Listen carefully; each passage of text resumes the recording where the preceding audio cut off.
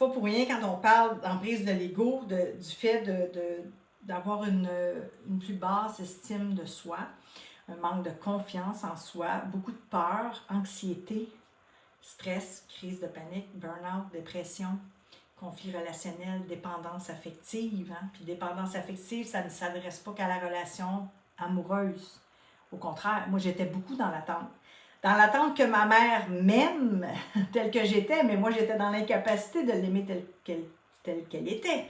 En partie, vous comprenez qu'il y a une partie qu'on aime, qui fait miroir et qui reflète ce que, selon mes croyances, inconsciemment ou non, je l'aime cette partie-là de moi. Donc, elle ne me heurte pas. Je suis en capacité de l'aimer, de l'accepter, de l'accueillir, puis de la nourrir, puis de la valoriser, puis de la prioriser. Mais les parties d'ombre, les côtés mal aimés de soi, donc le conflit inconscient avec ces parties-là de moi m'amène dans ces états de mal-être-là. Il engendre aussi des conflits relationnels. Puis on ne peut pas tout coller sur le dos de l'ego. Mais c'est pour ça que quand je dis qu'il y a 3 principaux enjeux, l'ego, l'ombre et les croyances limitantes, ben c'est interrelié. C'est-à-dire que ces étapes-là sont indissociables de l'amour de soi. L'acceptation de soi, elle est indissociable de l'amour de soi. Sinon, il y a une partie de moi que j'aime pas.